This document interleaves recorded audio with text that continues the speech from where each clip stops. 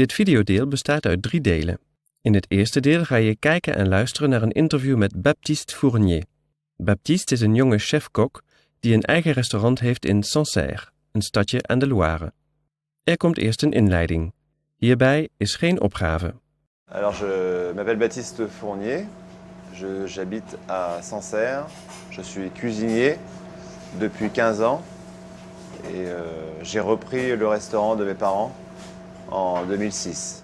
Tot zover de inleiding. Lees nu opgave 1.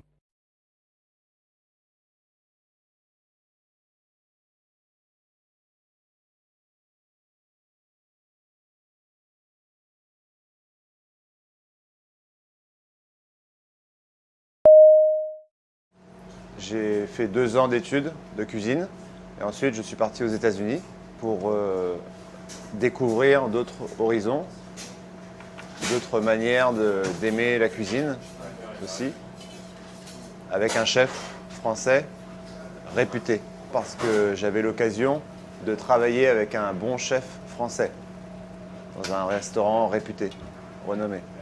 Donc j'ai appris à faire la cuisine française. Le chef français aux États-Unis doit accommoder la cuisine française qu'il a appris ici, parce que les Américains sont difficiles à amadouer à la cuisine française.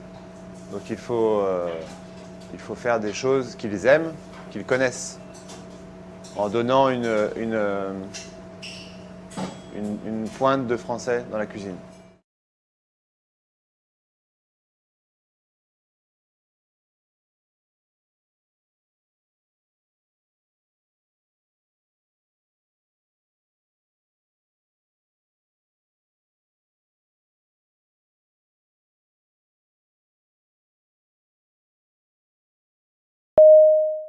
Ce qui m'a vraiment donné la passion, c'est Alain Passard, l'Arpège à Paris. C'est un restaurant qui a gagné la 3e étoile Michelin en 1996, je crois. Je suis allé travailler chez Alain Passard en 2004. Et à cette époque-là, Alain Passard s'est mis à travailler beaucoup plus les légumes parce qu'il y avait eu la maladie de la vache folle. Donc la maladie de la vache folle où on ne pouvait plus manger de pièces de viande de vache. Et lui, il s'est mis à mettre en avant les légumes. Donc il a acheté un jardin, donc il cuisinait tous les légumes de ses jardins. Il faisait des menus entièrement sans viande et sans poisson.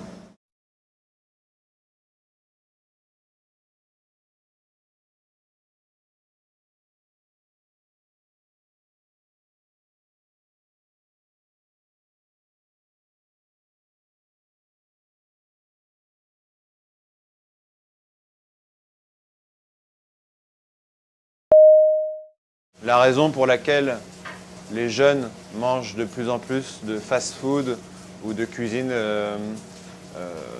sans goût, on va dire, un peu plus à l'américaine, et je pense que c'est une question d'argent et d'intérêt. Ça veut dire qu'ils ne s'inquiètent pas de leur santé. Et donc il y aura des problèmes d'obésité chez les jeunes, voire maintenant les très jeunes. C'est très mauvais pour la santé. Et on voit de plus en plus de restaurants à l'américaine, avec des sandwichs et des choses comme ça, ou du fast-food, donc manger rapidement et se remplir vite.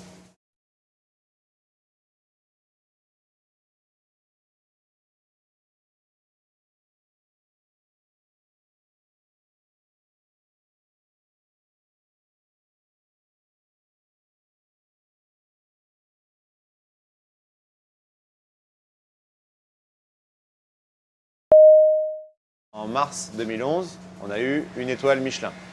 Je ne travaille pas en fonction de l'étoile. Je travaille en fonction de mes clients et du bonheur qu'ils prennent à venir ici et repartir contents du restaurant. C'est ça le plus important. Je ne me suis pas mis de pression pour avoir l'étoile et je n'ai pas envie de me la mettre pour la garder. J'aimerais continuer d'avancer ici, mais de 2e étoile, je ne pense pas. Parce que j'aime aller dans les restaurants où on a des sensations en mangeant et du plaisir en mangeant. Et c'est là que je veux aller, mais sans parler d'étoiles. Je ne sais pas si c'est... Des fois, on va mieux manger dans un restaurant 1 étoile que dans un restaurant 3 étoiles.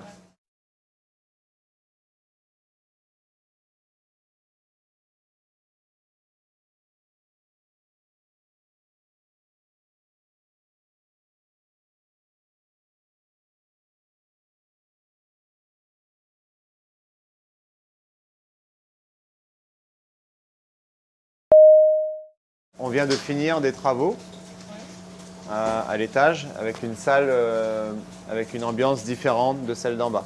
La cuisine est la même, il y a juste les matériaux de décoration et de fonction qui sont différents. Les gens plus jeunes ou plus ouverts veulent manger en haut et les gens plus traditionnels voudront manger en bas.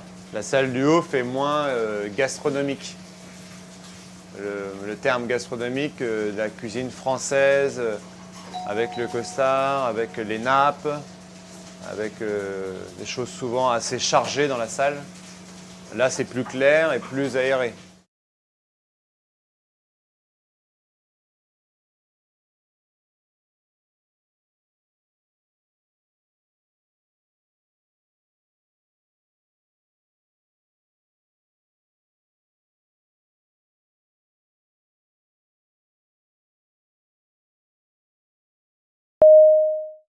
Les programmes qu'on utilise en France pour la télévision, la cuisine à la télévision, ça a porté ses fruits parce que les gens sont plus intéressés aujourd'hui à la cuisine qu'avant. Et donc il y a un intérêt également pour nous. Les clients veulent cuisiner plus qu'avant et portent plus d'intérêt à des mélanges de cuisine comme nous faisons, avec des saveurs bien précises dans chaque assiette. Donc ils sont plus intéressés par la cuisine qu'on fait chez les étoilés. Mais on m'a demandé de participer à l'émission, mais je ne trouve pas d'intérêt à faire l'émission de télévision. Est-ce que j'en ai besoin finalement? La question c'était ça. Est-ce que j'ai besoin de passer à la télévision? Et je me suis dit que non.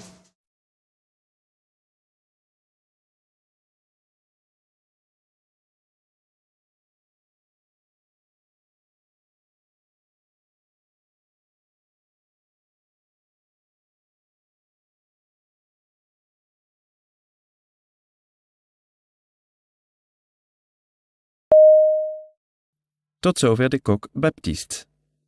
In het tweede deel ga je kijken en luisteren naar gesprekken met verschillende mensen die werken in Guédelon, in de Bourgogne, waar men momenteel aan een kasteel werkt. We spreken verschillende mensen, waaronder de directeur, een gids en meerdere handwerkers zoals de timmerman, de metselaar en de smeden. Ze vertellen allemaal over hun werk in dit unieke park. Er volgt geen inleiding. Lees nu de volgende opgave.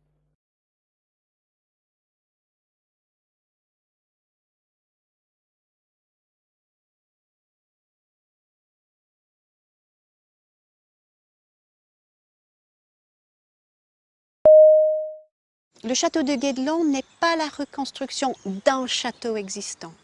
Plutôt, c'est un type de château qui était construit en France fin 12e, début 13e siècle.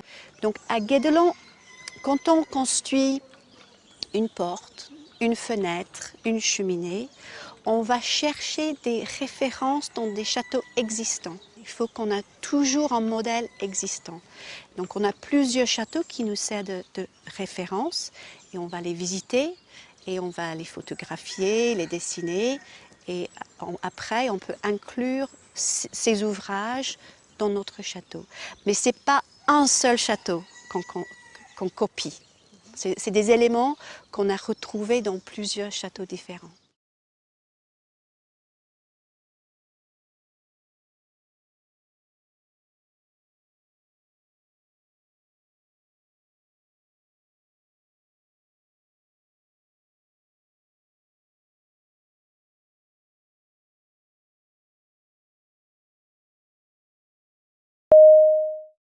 aucun monument en Europe ni au monde n'est construit pour seule vocation d'expliquer la construction. Le chantier de Guédelon, c'est une expérience de construction d'un château du XIIIe siècle avec les conditions techniques du XIIIe siècle. Le but est de construire pour comprendre comment étaient construits les châteaux en pierre de cette époque-là. Ce projet, c'est de l'archéologie expérimentale. On construit pour mieux comprendre. On espère mieux comprendre les techniques qu'il a fallu pour construire les châteaux, les églises, les chapelles, les cathédrales du Moyen Âge.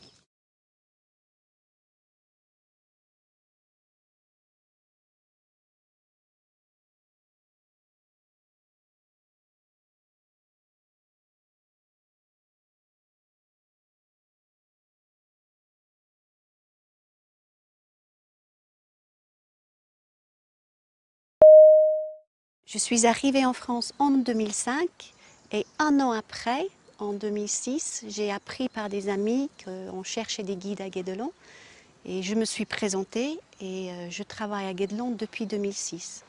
Dans un premier temps à mi-temps, donc j'étais aussi professeure dans les écoles. Pendant plusieurs années, je faisais ces deux travaux, donc je travaillais à Guédelon et dans les écoles, mais petit à petit, je suis venue plus souvent à Guédelon et éventuellement, il y a 2 ans, j'ai pris la décision de me consacrer à plein temps à ce travail.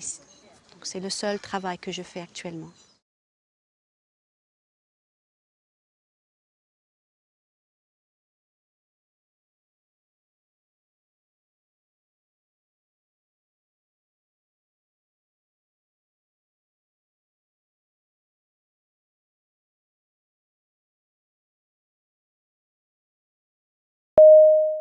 J'avais aucune idée de ce qui m'attendait et je peux vous dire que apprendre à faire une visite à Guédelon, c'était un des plus grands challenges de ma vie. Être guide à Guédelon n'a rien à voir avec le travail de guide dans un site, un monument historique par exemple, car à Guédelon, pour être guide, il ne suffit pas d'apprendre une liste de dates et une liste de noms de personnages importants.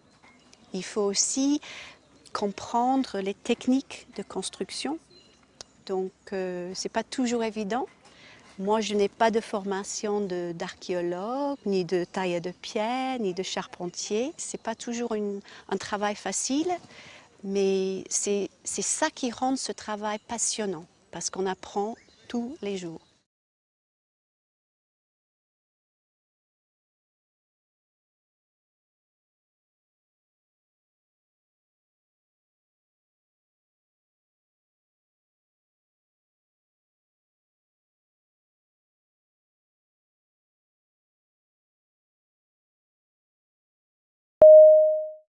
On doit aimer les gens pour travailler ici. On ne peut pas faire autrement parce qu'on rencontre tous les gens très divers. Et aussi, il faut être capable de partager nos savoir-faire. Il ne suffit pas à Guédelon d'être un très bon tailleur de pierre parce qu'il ne suffit pas de bien travailler, il faut aussi être capable de transmettre nos savoir-faire à un public très divers. Et aussi d'expliquer notre travail à quelqu'un qui n'a jamais touché un outil. Je trouve que c'est très intéressant de pouvoir partager avec le public qui ne sait pas forcément ce que l'on fait, voilà, et d'expliquer à quel point on a des métiers qui demandent de la réflexion et pas seulement de la force physique.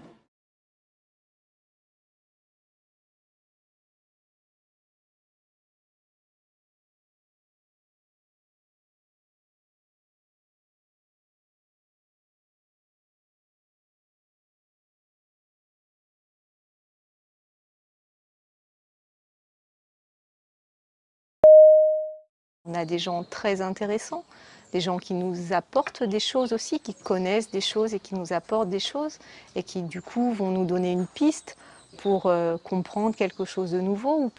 On a cette saison fabriqué des pinceaux comme on pense qu'ils les auraient fait à l'époque. Donc une baguette de bois, une touffe de poils d'animaux. Donc là, ce sont les poils des cochons, donc des soies de porc. On les a mis tout bêtement comme ça et enroulé une petite ficelle autour pour tenir les poils. Et il y a une personne qui est passée qui m'a dit « mais c'est pas facile de peindre avec un pinceau qui est un peu informe comme ça, qui n'a pas une forme bien précise. » Et cette personne m'a dit qu'elle pensait qu'à l'époque, il y avait des moules pour arranger correctement les poils de pinceau. Ça, j'y avais pas pensé. Voilà, un très bon échange avec quelqu'un qui a eu une idée parce qu'on a parlé ensemble du travail qu'on fait ici.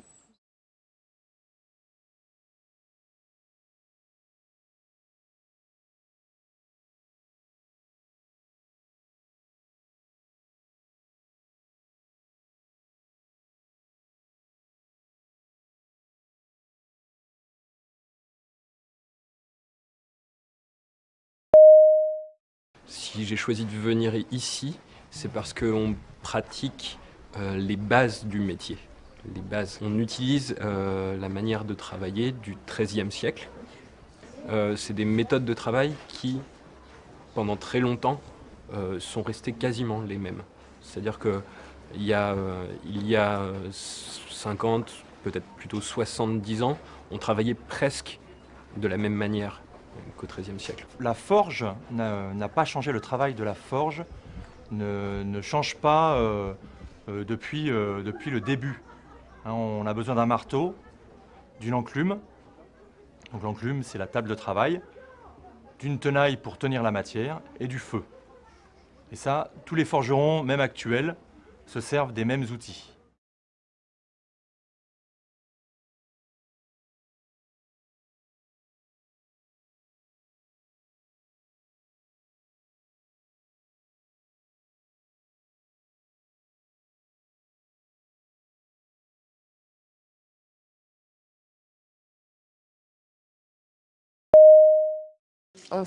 J'ai fabriqué des établis, des tables. On peut faire des coffres comme cela, à outils. On fabrique tout ce qui est fait en bois, qui est utilisé sur le chantier.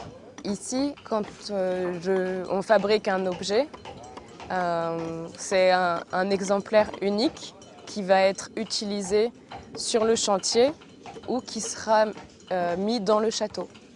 Donc qui va aussi avoir une utilité rapide.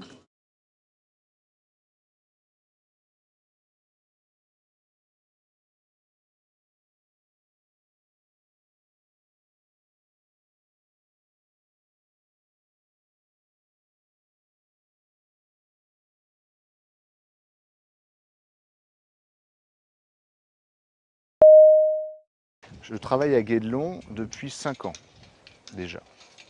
À la fois c'est dur, à la fois c'est très agréable puisque le problème c'est que les murs sont très larges. Certains font 2 mètres, 2 mètres 50. Donc ça demande beaucoup de pierre et ça prend beaucoup de temps. Sous nos pieds, on a une grande voûte. Ça a mis 2 ans. Donc 2 ans, c'est long, mais arriver au bout des 2 ans, quand on enlève tout, qu'on regarde, c'est magique.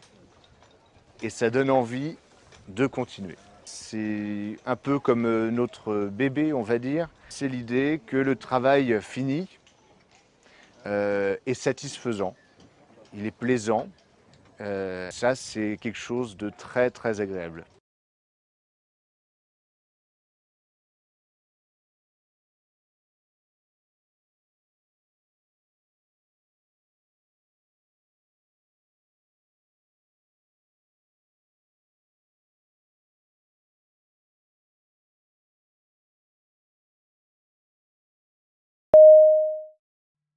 Tot zover Guédelon.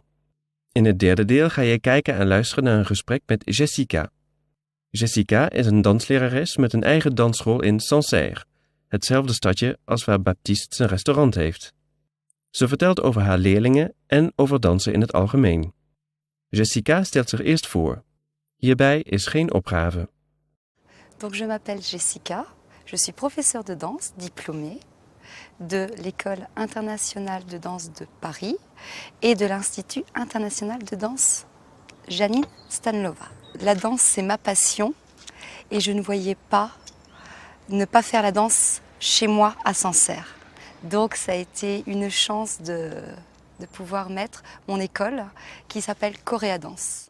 Tot zover de inleiding. Lees nu de volgende opgave.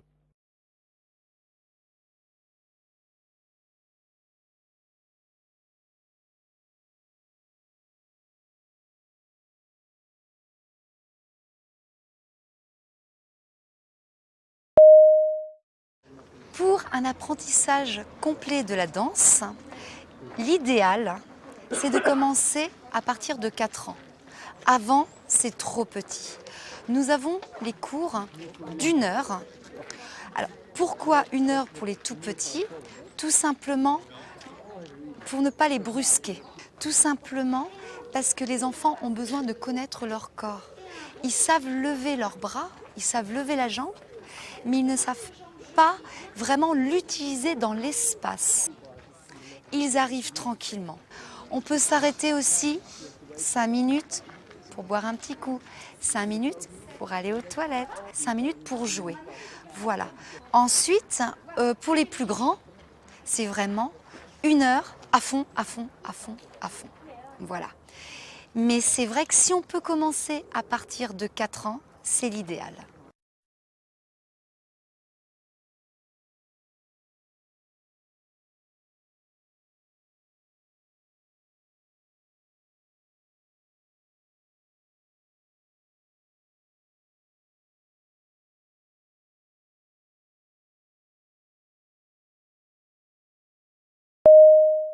Nous faisons toujours un spectacle de fin d'année, toujours le dernier week-end du mois de juin. C'est vraiment la continuité, on termine vraiment l'année pour montrer et être valorisé sur une scène de spectacle. Il y a les amis, les copains, les copines qui peuvent venir découvrir notre discipline et attirer les gens. Sachant qu'on fait très peu de publicité, donc du coup, les gens, quand ils nous voient danser dans différents spectacles, se disent « Ah tiens, moi aussi je peux venir. Moi je veux essayer aussi. »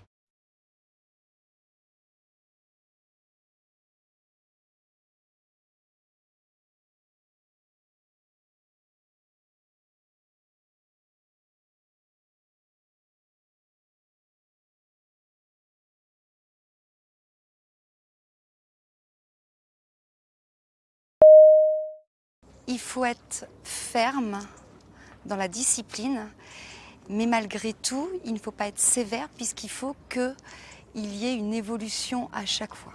C'est une question de respect aussi des élèves. Un mouvement, je vais l'expliquer peut-être 5 à 6 fois de manière différente, le même mouvement pour des plus jeunes. Et là, dans ce cas-là, on peut ensuite aller plus vite. On évolue plus vite. Voilà. Il faut que le professeur respecte les élèves. Du coup, la confiance va pouvoir s'installer. Une fois que la confiance est là, je peux transmettre. J'ai le fil conducteur et je transmets ma passion. Et ensuite, ça va très très vite. Une fois que l'enfant est en confiance, est respecté, on peut faire tout ce qu'on veut. On s'éclate.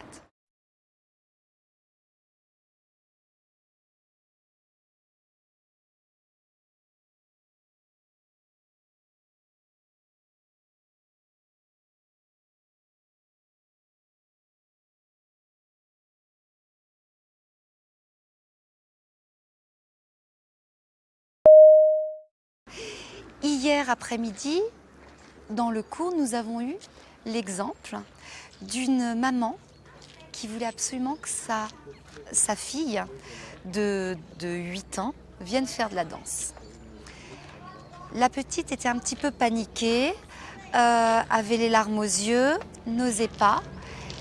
Et là, j'ai essayé de la mettre en confiance, de lui dire que c'était plus un jeu au départ, Donc ça l'a détendue et à la fin, elle est repartie avec le sourire. Donc du coup, j'ai gagné puisque j'ai transmis tranquillement les choses. Voilà, et du coup l'enfant va s'amuser. Là, c'était plus le cas de la maman qui voulait que sa fille fasse de la danse plutôt que l'enfant. Et en fin de compte, à la fin du cours, c'est l'enfant qui était, je pense, plus passionné que la maman.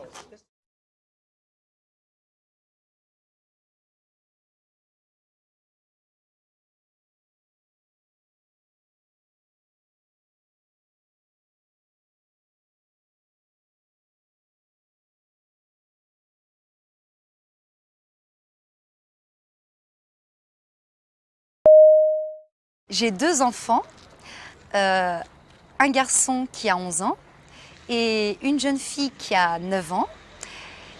Ils ont fait tous les deux de l'éveil à la danse pendant 2 ans et de l'initiation à la danse pour qu'ils puissent avoir toutes les disponibilités au niveau du corps et puis pour les muscles. Après, ça a été leur choix. J'ai mon fils qui s'est perfectionné en batterie au niveau musique, ainsi qu'au tennis. Mais honnêtement, il est plus console de jeu. Et j'ai ma fille qui est très sportive, qui est championne de vélo trial, de bike trial, et qui est championne de basket aussi. Mais tous les deux ont laissé la discipline danse. Mais je pense qu'ils vont y revenir, mais peut-être plus dans l'adolescence.